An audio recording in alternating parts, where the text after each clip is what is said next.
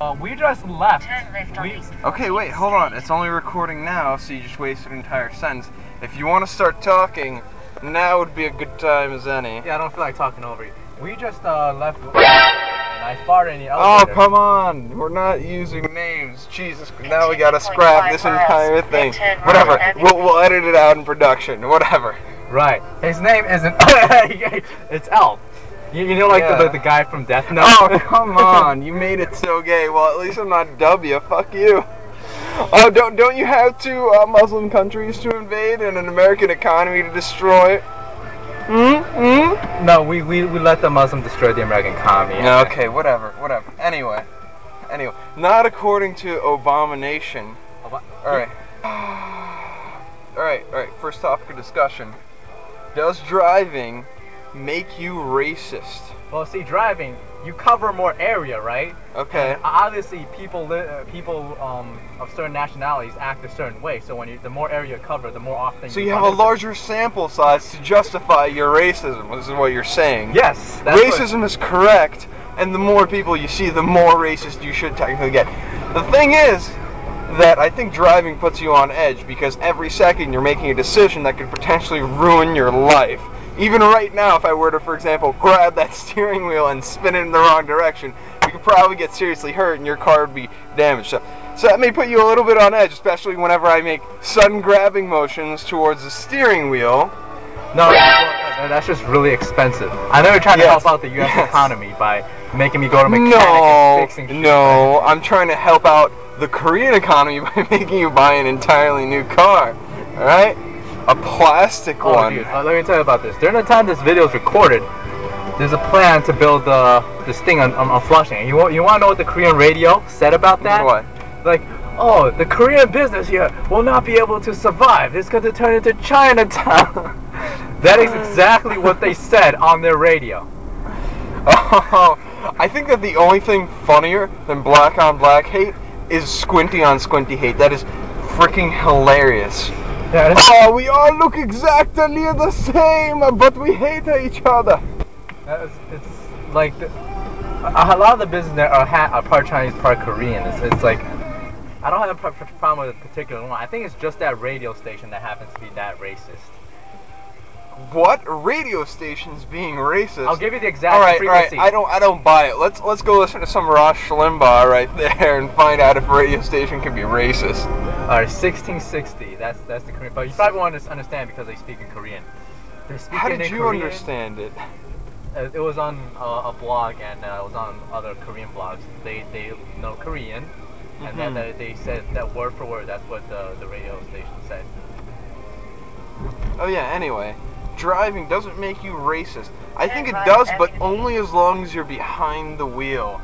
Because you feel intense hatred to anyone that cuts you off and thus threatens your ability to live and your car and that's everyone, but you see, there are a couple of people of a certain minority who, if they cause any trouble, they kind of act like they're entitled.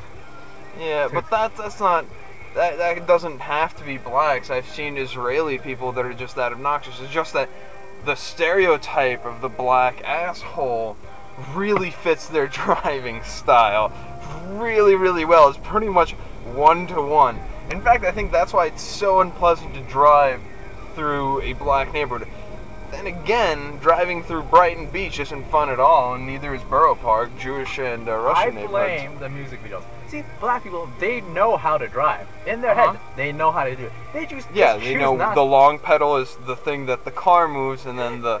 That's not it. Like, in certain music videos and movies, you see all these cool drivers, Hispanic and black drivers, but it's just so do all these tricks. It's cool to go into oncoming traffic and not signal. And then go in reverse, running away from the CIA and shit.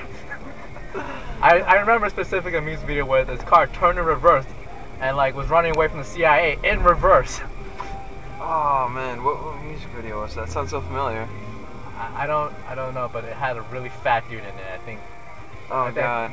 They had a really fat rapper in there who was white-ish kind of looking. Yeah. Fat Joe? Yeah, Fat Joe is definitely in there. Really? Are you serious? Yeah. That was just a guess. The thing that I find hilarious about Fat Joe is that the man's like, 45. He weighs like 400 pounds. and he's still rapping about running away from cops. I'm sorry, man, that's not happening. Even like the cops. I don't think he runs away. I think they grab onto him and realize. I think he starts going on a downhill, and then nothing can stop him. I remember there was an old game back in the day called Def Jam Fight for New York. Oh god, that game was horrible. It was fun for me, but Fat Joe was one of the players who could play, and his name was Crack.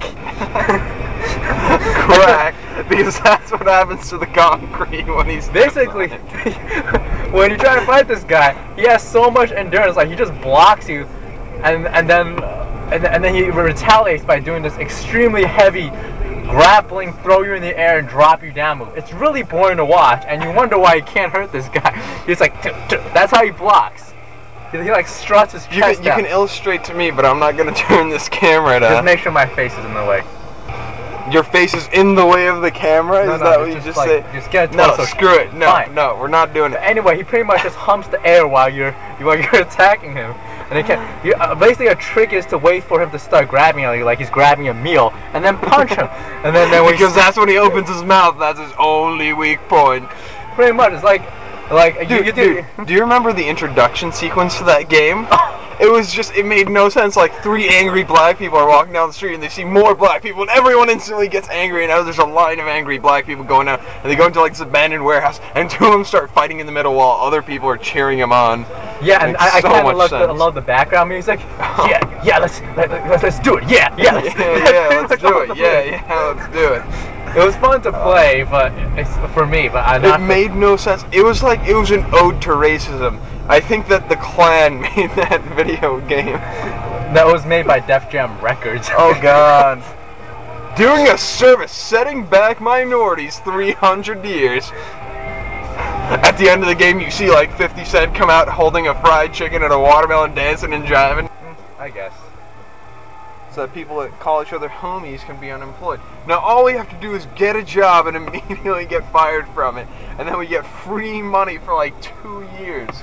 Yeah, like the U.S. Census. Oh, oops! I don't think I was supposed to say that. Whoa! What are you talking about, man? I don't know what you're talking about. It's not like I have friends who. Oh, I love people that park like this. You see, they see a hydrant and they kind of pull in, but they don't want to like, not stop traffic, so they stop pulling in when their car is halfway through, forcing you to make a very dangerous swerving maneuver. I like the way Mr. T. No, Mr. T, not the rapper. Wait, look, this guy with this. That's an ambulance. Yeah. What a dick. Look, there's a fire hydrant, there's a spot. You guys, your stretcher has fucking wheels. You can afford to wheel someone an extra 10 feet. Yeah, I guess. Mr. T, the guy I'm talking about, he's not the rapper, he's a friend of mine. And that is what he likes to call the Brooklyn style parking. He did that on the way from Pennsylvania in the ghetto.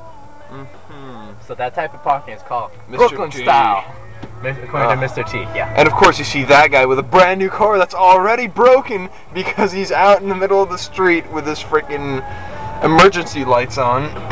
It's not broken, he's just parking like that. That's Brooklyn style. Well, then he wouldn't mind if we were to slash his tires, would he? I'm sure he'd mind. All of a sudden he would suddenly move, because those lights mean it could suddenly move. Whoa. I think the car's completely empty. That means that he broke the car and he just gave up on it. He walked away. It's ours. It's whoever comes to claim it first.